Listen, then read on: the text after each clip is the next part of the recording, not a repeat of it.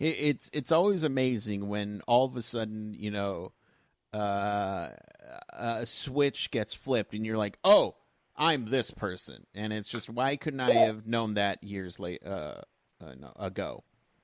Yeah, it takes a long time to get there, and it helps to discover a passion. That's a big thing, because when you have a mission, it's like you have something to strive for and put the hours into. And unfortunately, I feel like at least half the population maybe never finds that passion, or just because they're distracted with other things, or they're too busy, they got no time, whatever it is. So I feel like that's a great catalyst. Once you can put the work into something you're proud of, it really helps form your identity.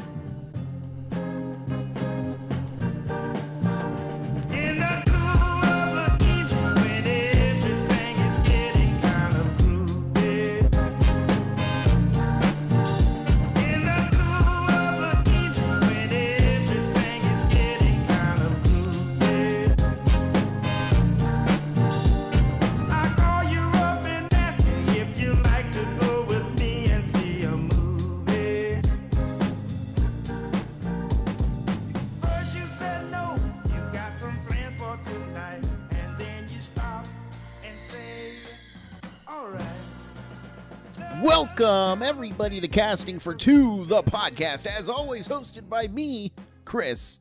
Welcome, everybody, to episode number 376 of the podcast. Welcome. I hope everyone is staying healthy and staying safe and finding ways to be productive, however you do that, whether it's creatively or catching up on all the stuff that you didn't have time to do and now you do. Just make sure you tell somebody you love them. That's all I'm going to say. If you love somebody, tell them you love them, check in on them, be social with the distancing. I don't know if that makes sense. Look, like I said, just tell somebody you love them, all right? But you know what? I have an exciting guest for today. Now, full disclosure, there's a lot of 90s talk in this because we are both 90s kids. And when I say both, I mean my guest for today, Mr. Brett Newski, who's a phenomenal singer, songwriter, musician. He has a new album literally out right now. Go pick it up. Don't Let the Bastards Get You Down. That is the album title, and this is the interview. Let's get to it. Brett, take it away. What's up, man? How you doing? I'm doing okay. Full disclosure, my internet's being really weird right now, so if I get disconnected, I apologize in advance. It sounds good as of right now. Okay, all right, yeah. Fingers crossed. But where are you at? Where are you located right now? I'm in Milwaukee, Wisconsin. Yeah. Okay. I have a friend who lives in Madison. Yeah, I lived in Madtown for 5 years. Went to school there. Oh, were you a Badger? Yeah, man, Badgers. There Johnny. we go. There. Hey, healthy and stuff. You feeling okay? Yeah, I'm feeling all right. Yeah. How are you feeling? Are you in NYC? No, I'm in San Antonio, Texas. Oh, okay, cool, man. Yeah. All good here. Good. Yeah, I mean it's luckily for me, I live on the suburbs, the outskirts, so it's not as bad over here. But, for sure in the city, it's just, ooey. Yeah. Does any of the 90s NBA legends still live there, like David Robinson or any of those guys? Yes. I once helped David Robinson put a VR headset on his head, and it was pretty funny. How'd you reach up that high? Oh, he bent down. He bent. He had to like do the bend. What an honor. I felt honored. Do you know of NBA player? His name is Boban. I believe he plays for the Pistons now. I don't know him. Have you seen the third John Wick movie? No, I don't think so. Oh, okay. Well, he's this massive human being, and at one point he played for the Spurs, and I was helping him, and this guy he's tall, and I felt so bad because in order to get in and out of places, he had to fully bend down just to leave or enter a room. Yeah, that's a hassle. Oh my! But he could crush my head with his hands. They were that massive. Yeah, John Wick. Is he like a famous indie director? No. He's the first person that Keanu Reeves kills in the movie John Wick. Spoilers, but I mean, it's John Wick, so you know. Cool, man. But yeah. As you can see, this is a pretty loose show. Are we rolling tape? Oh yeah, for sure. Oh shit! Okay, I'll get on my A game. No, you're good. You can stay off your A game. You're fine. Okay, C game. Yeah, game. There we go. Yes, please. Come on. No A games here. No. Cool. But I'm excited to chat with you. One of the things that caught my eye, doing my research, not to brag or anything, but you're a '90s kid. Yeah, big time. Okay. What about the '90s? Okay, what is super '90s in your opinion?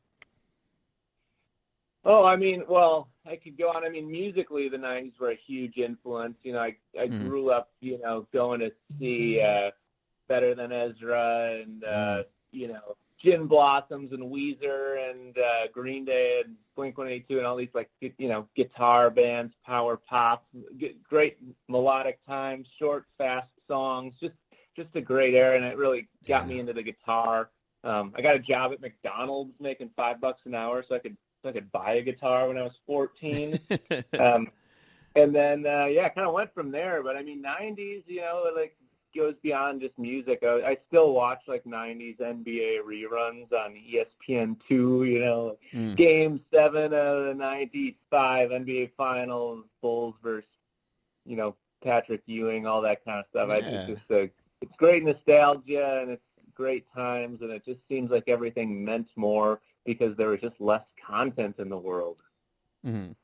Mm-hmm. Yeah, I mean, for sure. I mean, and the '90s was a point where people were looking at computers and saying, we could probably use this for something. Yeah, exactly. I mean, you remember the old, the early MacBooks? I mean, we had them in I don't know, 4th, 5th grade, and that was pretty mind-blowing where you could actually play computer games. And I even remember them before that, like the original Apple, where it was just like a green screen and you could just type, and that was pretty much all you could do, and shove in a floppy disk, and maybe it worked, maybe it didn't. But yeah, it's weird to have memories of those early computers, Yeah, our first computer was an orange and black screen, and you could either type on it, papers, documents, stuff like that, or you played Wheel of Fortune. Yeah, I mean, it made Wheel of Fortune that much more, vital to your entertainment world. Exactly. I remember my grandpa had Pong, Pong. All you could do in Pong was just move the little sticks up and down the screen and hit the ball back and forth. But I remember that being pretty cool. So yeah, and it's kind of strange now to be a kid because it's like the earliest forms of tech you would remember as a kid. Now it's like, oh, the early iPhones. It's like it's all pretty similar across the board. Whereas there's no point of reference to the dinosaur technology or no internet at all, which I think is a good point of reference to have, is to be able to have seen the world before the internet. Pretty lucky actually for us.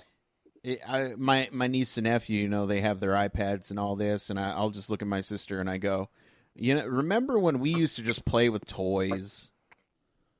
Action figures. Yeah. How about that? Yeah. That's great. Teenage Mutant Ninja Turtles. Oh Yeah. yeah. Oh yeah. I think my dad still has all of my Pog. Teenage Mutant Pog. Oh, of course, Pogs. I feel like we're the same Trading age. cards. I'm 33. Okay, we are the same age. All right. Yeah, we're on the same wavelength. Oh yeah. VHS. Kazam on VHS with Shaquille O'Neal. Yeah. I mean, these were exciting times. It was like a big deal to get any one CD. You'd play the shit out of that CD. I just was in my car the other day, and my Bare Naked Ladies by Stunt CD got a crack in it, and it was like the end of an era for me because it was one of my favorite CDs as a kid, one of my favorite bands as a little kid, and for that CD to crack, it was a dark moment. I spun that thing 4,000 times, and now it doesn't work anymore. It's the end of youth. I hope you gave it a Viking funeral. I don't know what I gotta put it in a frame. I gotta take it to the taxidermy, keep it alive. Yeah. So as a person, well, first off, let me say, is that how you? What's your primary way of listening to music? Is it still through CD or? Well, I mean, hey, this quarantine is the first time I've just sat down and listened to music in years. Just haven't had time to do it, but it's quite nice. So I've held out on Spotify for a long time just because I thought it was kind of an unfair platform for artists, and it's hard to get paid anything of note. But as a discovery tool, it is good. So I've been using that, trying to find new tunes. I don't know if it's me just being like really picky and narrow in my musical taste palette, but it's hard to find something you really latch onto. I mean, you could spend all morning and only find like 2 or 3 songs where you're like, fuck yeah, like this is the shit.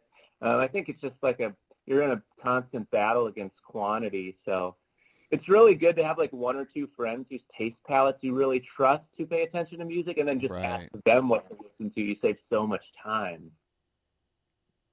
Yeah, what do you think is the best way to listen to music? Well, I mean, again, not to brag, but I get sent a lot of music from different places. So, what I genuinely do is I'll put it. They're all digital files, so I'm just like, okay, whatever. If I really, really like an album, I'll usually purchase it on vinyl. Yeah, that seems to be the move. That's good. Yeah, I feel like it's a bigger commitment and also supporting the artist a little bit better. It is a good feeling to like put $20 toward a vinyl, because to me it's not like it's like, yeah, it's $20 less in your bank, but it's like those $20 are like a huge boost to morale to the band, and B, it's just like feeding a great ecosystem of arts and culture. Like, I want any spare $20 bills I would like them to be injected into the indie music ether, so it keeps it going. Oh yeah, no, absolutely, absolutely. Any way I can, help out or be a part of something bigger than I am, then I'm more than happy to do so. But my biggest way of finding music is through Sirius XM. That's what I listen to. Okay. Yeah, it was funny how we thought, radio would die entirely when all the podcasts and iPods came out. But it's like, again, it's such a mission to like sift through all the infinite music that you really need radio to curate it for you. It's like something people will almost pay for someone to like curate their playlist for them just because it's so much goddamn work. Right. And it's nice, here, especially, the channel. I listen to alt channels and stuff like that. And there's a good mix of, Foo Fighters stuff that I grew up listening to, and then something new. So it's always, and I feel like that's what keeps me around, is just because a good mix of old and new. Yeah, it's good. It's important. There's just so many different taste palettes nowadays, and like there's times 10,000 more bands, which Yeah. I think is a very true fact. And my older musician friends will tell you, like in the 90s, it was just, in a sense, a lot easier to be a musician because there was just like so fewer bands. So like when a band played in town, it was like kind of a big deal, you know? So, I mean, I feel like now there's still the same amount of music fans.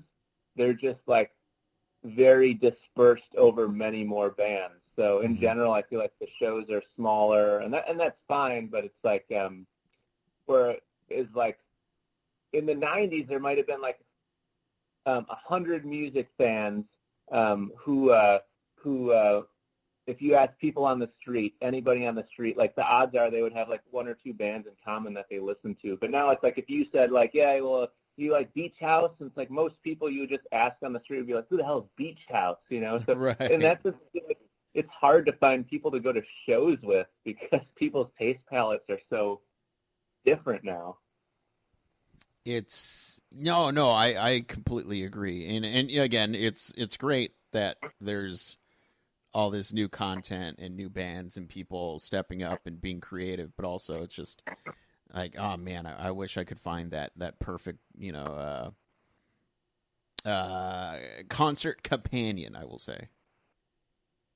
Totally. Yeah, I think sometimes you just find one of those people who's just down with the culture of live music, whether they like the band or not, and that's fun. But yeah, hopefully that made sense. I feel like I kind of lost my train of thought. No, it does. I mean, I think the best way to listen to music is just going to one of these giant festivals that has, like 3 stages going on. Yes. Just because, I'm here to see this one band, but let's walk around and see what who else is playing, and you never know, you could hear somebody and be like, oh dude, this band is dope. Totally. That is how you fall in love with a band. I feel like you have to see them live, It's yeah. God, sometimes you'll hear a band's record and you'll be like, well, this is sackless, it's lackluster, but then you see them live and you're like, holy shit, this is blowing my head off. So in that sense, to be a band, you got to do the hard miles and play out a lot live to kind of have a real impact, I feel like. No, absolutely. I remember I was invited to a festival, and Passion Pit was playing, and I was just like, I like Passion Pit. Let me go check them out. But and like you said, the fact that there's so many types of music and so many types of fans now. I remember during the concert, I was on stage, like kind of off to the side of the stage, not on. Nobody could see me. But I would just look out in the crowd and just see everybody synchronized together, and I was just like, "Oh my gosh, this is probably what drives people to do performances, in general, just to have that kind of reaction." Yeah, exactly. It's a pretty huge rush, and on the from the listener side, it's like as much about the community as it is about the music. You want to go somewhere where your friends are hanging out, where like-minded people are hanging out. So, yeah, I mean that in a lot of social science studies, that's like the number one thing that makes people happy is like the community factor. You got to have consistent folks you can lean on. Right. But I would imagine you're a music source for a lot of people. So you got people coming to you looking for new records. Do you feel like any pressure in that? Like you have to deliver, or do you just feel like that's just what you do naturally and it's amazing and fun? I never thought of it that way, because sometimes people will ask me, "Oh, what are you listening to?" or something like that, and I'll just tell them, "Oh man, I heard this band and blah blah blah. They had a great album." And it's great. Honestly, I wish it happened more often. Yeah, because it's hard to find one of those records or one of those bands where you're just obsessed with it, that blows your head off. You're like, holy shit, like I'm going to rearrange my morning to listen to this. But, I feel like if that happens once a year, that's lucky, that's good. Yeah, and especially if it's something that, sticks with me, days later, and I'll just be like, oh man, I haven't heard this song. Like, let me load it up. Yeah, it's a great feeling. Yeah, oh my gosh, I think it happens maybe three times a year for me. So, That's good. and they're not, these giant bands. They're, these more smaller indie bands, and I'm always just excited for that. Yeah, So, well, that's the beautiful thing about being a music listener in 2020. It's like you can have, you want to follow the smaller bands because you can actually have a legitimate, measurable impact on their career, and you right. become pals, you often become pals with them, and you can interact, and it's like you're kind of like the fifth band member in an abstract sense. Mm-hmm. Mm-hmm. Yeah, no, I am the fifth or sixth or seventh member of Foo Fighters. That is correct. That's right. Now, but you talked about picking up a guitar when you were or working at McDonald's to buy a guitar. What was it about music that hooked you? Oh, I don't know if it's because nostalgia or if it's like the first music that I heard, but like just hearing like big guitar chords and short melodic songs on the radio, like hearing When I Come Around by Green Day on the radio when I was a kid. I remember I would just like sit around the boombox and like wait for that shit to come on. And if you waited long enough, you would hear it. It would come on and you would shit your pants. It was like so exciting. I mean, it was like you manifested it or like summoned Billy Joel Armstrong into your basement like somehow through the force of will.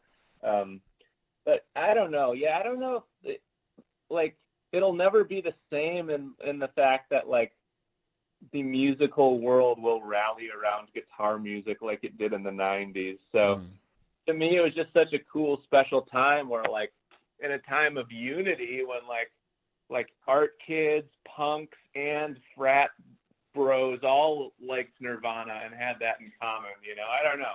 Yeah. I know Cobain wasn't stoked that like frat guys were into his band, but it was like a cool time for unity in music. If that makes sense. Oh yeah, no, and you mentioned doing big guitars and or music based around guitars, stuff like that. Does that affect you and your music process today? Yeah, definitely. I mean, I used to try to play all kinds of instruments, but in the past several years, I just doubled down on the guitar and worked on getting really good at that and kind of developing my own style. But yeah, for me, it's all based around the acoustic guitar, but turning that up really loud, running it through amps, hitting it hard, playing it hard. So it's cool. Like I feel like I've developed kind of my own thing and my own style over the years. Or it takes a long time to kind of figure out who you are, not just sonically, but like what your philosophies are as well. So I just spent like so much of my life being so unsure of myself, and high school was terrible, and I didn't have any self-confidence, and I think after you spend enough time like worrying in your brain and like just not knowing who you are, it's like you get that out of your system, and then like life becomes fun once you start to figure shit out and have some philosophies that you stand by. And it's just getting out of my high school years and my early 20s has been really nice. It's always amazing when all of a sudden a switch gets flipped and you're like, oh, I'm this person, and it's just, why couldn't I have known that years ago? Yeah, it takes a long time to get there, and it helps to discover a passion. That's a big thing, because when you have a mission, it's like you have something to strive for and put the hours into. And unfortunately, I feel like at least half the population maybe never finds that passion, or just because they're distracted with other things, or they're too busy, they got no time, whatever it is. So I feel like that's a great catalyst. Once you can like put the work into something you're like proud of, it really helps form your identity. And I know you have a new album coming out. Is there like a statement or a goal that you had in mind when you were coming up with it?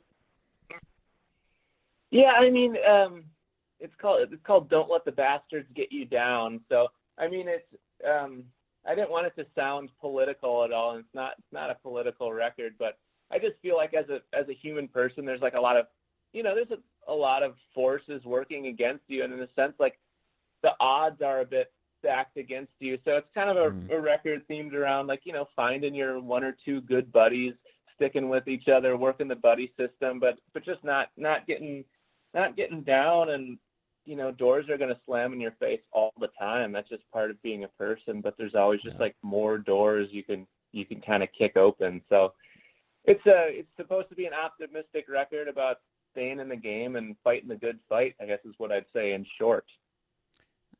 Was there one song on the album that was a little bit harder to crack, whether it was the music or the lyric side? Oh, that's a good question. Well, I wanted to kind of diverge on a few new topics. So I actually wrote a few songs about I wrote a few songs about social media, which is not really a very rock and roll song topic. But I got this song called "Lousy T-Shirt" I co-wrote with a buddy, Shane Alexander, and we were just sitting around writing a song, and we're like, man, is social media just making you depressed? And I'm like, yeah, man. It's like, I mean, it's cool. It's definitely, God bless it, it's got some pros, and it helps us tour the world and make fans in Belgium and Australia and all these strange places far away. But if you spend any length of time scrolling through it with your thumb, you never feel better when you're done scrolling. You always feel worse. Seeing like the greatest hits of everyone else's world. So we wrote this song called "Lousy T-Shirt," and it's just about kind of the desperation in social media and realizing the power of it. And once you realize the power of social media, I feel like you can kind of keep it at arm's length because you know that it's built to manipulate you and target you when you're vulnerable. And it's like that is a highly advanced algorithm that's always evolving and changing. And it's not working in your favor. So, yeah, keeping that shit at arm's length is good. No, I agree. And, not to brag, but we come from a generation that adopted social media at a good point. And I feel like we are the perfect candidates for social media because some of us aren't going to share much. We're, not going to do crazy stuff on it. It's the generation above and below us that is kind of... I just feel like whoever the little kids are now, I feel like at a certain point they're going to be like they're going to have had enough of social media and kick it to the curb in some fashion. Be like, you know what, this is just not making me happy. It's bumming me out. There's going to be that next wave that kind of pushes back against it, and I'm kind of excited for that generation to see where that goes because. It might make real life interactions the way forward again. I do think there will be a push. I don't think it's going to be for a while. Not ever since influencers became a thing. That has to be the worst job in the world. Like being an Instagram model, I can't imagine something that's worse for your mental health. Jeez, whatever. Anyway, but how you've been doing music for a long time, and maybe 8 years full time. 8 years full time. Okay. Do you ever look back on your past songs that you've written? When you were first getting started, maybe you was even part time, or you were a kid, anything like that, and just look at, just think like, man, what was I thinking when I was that young? Well, yeah, good question. I recently stumbled upon a big old stash of recordings I made through my teenage years, like age 14 to 19. And I pulled them up and I listened to them and I was like, at the time I was making them, I was like, it's probably not good. No one cares. But I pulled them up. I was like, hey, these are pretty good for a little kid. And, some of it's garbage, but some of it you're like, wow, I could actually recycle that into a song now. I would, my 15-year-old self, fumbling through that guitar riff, and it like came out kind of cool and weird. Maybe I wouldn't be able to come up with that now as a 33-year-old. So I don't know. I always thought I was surprised at how non-shitty my early songs and recordings were. And I feel like I feel like, you know, yeah, lyrically there's always going to be cringy stuff in there, but nothing you can't mask with a little distortion and reverb. There we go. There we go. Did you hear the lyrics? Oh, go ahead. No, I was just saying, did you hear the lyrics? No, man, it was all, I couldn't hear it over the guitar. Buzzed it out. But when you're little and unsure of yourself, you're like, you sing, you don't enunciate as much because you don't want people to know what you're saying. Mm. And sometimes that's good. I feel like, I mean, lyrics are at the forefront of everything I do. I feel like it's important. You got to hear them. But at the same time, there's like all sorts of genres that drown out the lyrics and reverb, so you can't really hear them, which almost makes the music more reachable to more audiences, right? Because it's less specific. There's a ton of bands doing that, and there's nothing actually wrong with that, but I feel like if lyrics are your strength, I mean, you want people to hear them shits and turn them up in the mix and make sure they're audible, because that's what grabs a lot of people and makes them, you know, get behind you. Right. For your career, hopefully. What's your process of writing music? I just got a million scraps on my phone, you know, guitar riffs and chord progressions and little melodies I sing in there, and then I'll kind of put them together. I'll pick the best little parts and start writing words. You know, it's so usually tunes before lyrics. Gotcha. Okay. It's easier to write riffs, I feel like. Lyrics you got to be in a specific mindset for it. You know, you got to have the right amount of coffee or tea or walks or vitamin D outside, but once you're in the zone, it feels amazing. And then you're flowing once you're in the lyrical zone, but it can take a while to get there. It can take a few walks around the block before you come up with a line that isn't cliche and, you know, pure rubbish. I will always have an appreciation towards songwriters, just because I can't write a song to save my life, and it's without making it cliche. Yeah. Let me just say. I appreciate you and being a connoisseur of lyrics. I wish there was, you know, I don't feel like that's a priority for a lot of people. So it's I know a real music listener when I know they're like into the song and into the lyric and into the story that it tells, rather than just like getting behind like a dance beat. But I don't know, maybe I'm just old and grouchy, but I appreciate the listener who appreciates the lyric, you know? Yeah, no, and you know, when I hear that good song, I usually, you know, I'll enjoy it, but I kind of analyze it in steps. I play drums, and my first reaction is drums. So I'll tune everything out, and then I'll listen just to the drum beats.